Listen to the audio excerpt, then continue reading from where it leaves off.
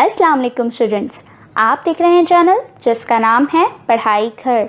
उम्मीद है आप सब खैरियत से होंगे।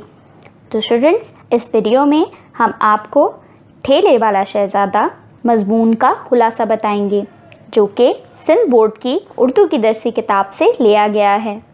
तो चलिए बिना टाइम वेस्ट किए चलते हैं अपनी डिस्कशन की जानिब। पढ़ाई घर में खुशामदीद। सबसे पहले इस चैनल को सब्सक्राइब कर लें और बेल आइकन पे क्लिक कर लें ताकि आप हमारी तमाम वीडियो से बाखबर रहें और बनो मिसाल पाकिस्तान की, क्योंकि अब मुल्क को बेहतर बनाना है। ठेले वाला शहज़ादा, ये मज़मून ख्वाजा हसन निज़ामी की एक किताब जो कि बेगमात के आंसू से लिया गया है। इस मज़मून में उन्होंने एक ऐसे शख्स की कहानी बयान की है जिसे पढ़कर वाकई इबरत हासिल होती है, क्योंकि ठेले वाला शहज़ादा पहले वाकई शहज़ादा था जब दिल्ली पर मुग़लों की हुकूमत कायम थी, लेकिन जंग आज़ादी की नाकामी के बाद दिल्ली पर अंग्रेज़ों का कब्ज़ा हो गया तो बहादुर शाह ज़फ़र को किले से गिरफ़्तार करके कैदी की हैसियत से रंगून भेज दिया गया और शाही ख़ानदान के बाकी अफराद को या तो हलाक कर दिया गया या तो इन्हें भी कैदी बना लिया गया। कुछ लोग फ़रार होने में कामयाब हो गए तो एक अरसे तक दर बदर फिरे।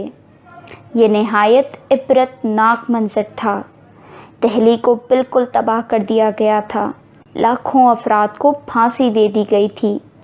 आलीशान इमारतें और दुकानें लूट ली गई थीं या इन्हें आग लगाकर तबाह बर्बाद कर दिया गया था। किले से जो शहज़ादे फ़रार होने में कामयाब हो गए थे, इन्हीं में से एक शहज़ादा सुल्तान था, जो बहादुर ज़फ़र के भाई का बेटा था। वो अपनी बूढ़ी वालदा को, जो नाबीना भी थीं, अपने साथ लेकर छुपते छुपाते करनाल की तरफ भाग निकला। उम्मीद ये थी कि अगर सही सलामत करनाल तक पहुंच गया तो वहां एक दोस्त के घर पनाह मिल जाएगी, लेकिन रास्ते में कदम कदम पर बहुत सी मुश्किलों का सामना करना पड़ा। जैसे जिस बैल पर बैठकर वो रवाना हुए थे, उसे रात के वक्त एक गांव में जहां वो रात गुजारने के लिए ठहरे थे, वहां से उस बैल को कोई चोर उठा कर ले गए। जब उन्होंने सुबह एक चौधरी के यहाँ पनाह लेनी चाहिए तो उसने भी धोखा दे दिया और उसने सारा सामान लूट लिया और ज़ेवरात की संदूकची पर भी कब्ज़ा कर लिया, जो वो बड़ी मुश्किल से अपने साथ लाए थे ताकि मुसीबत के वक्त काम आए। इसके अलावा उस चौधरी ने उस शहज़ादे को बहुत मारा, पीटा और ज़ख्मी हालत में दोनों माँ बेटे को एक चारपाई पर डालकर जंगल में छोड़ आए। इन बदकिस्मत लोगों को बाज़ ज़ालिमों ने वहाँ भी ना छोड़ा और चंद लोगों ने आकर इन पर डंडे बरसाए और बदन के कपड़े भी उतार कर ले गए। नाबीना माँ तो वहीं इंतकाल कर गईं, जिसे उसी जगह रेत में दफन कर दिया गया और शहज़ादा सुल्तान ज़ख्मी हालत में बमुश्किल चलकर एक दरख्त के नीचे आकर लेट गया। थोड़ी देर में एक फ़ौजी सवार वहाँ से गुज़रा। वो शहज़ादे को देखकर करीब आया। उसने शहज़ादे की हालत देखी तो उसे शहज़ादे पर तरस आ गया।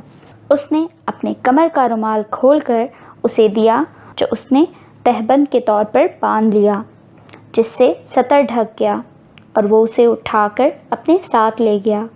उस फ़ौजी ने शहज़ादे के ज़ख्मों का इलाज किया और कुछ अरसे तक शहज़ादा उसके पास रहा, मगर उसके बाद एक खैराती काफ़िले के साथ बम्बई से मक्का मुअज़्ज़मा चला गया।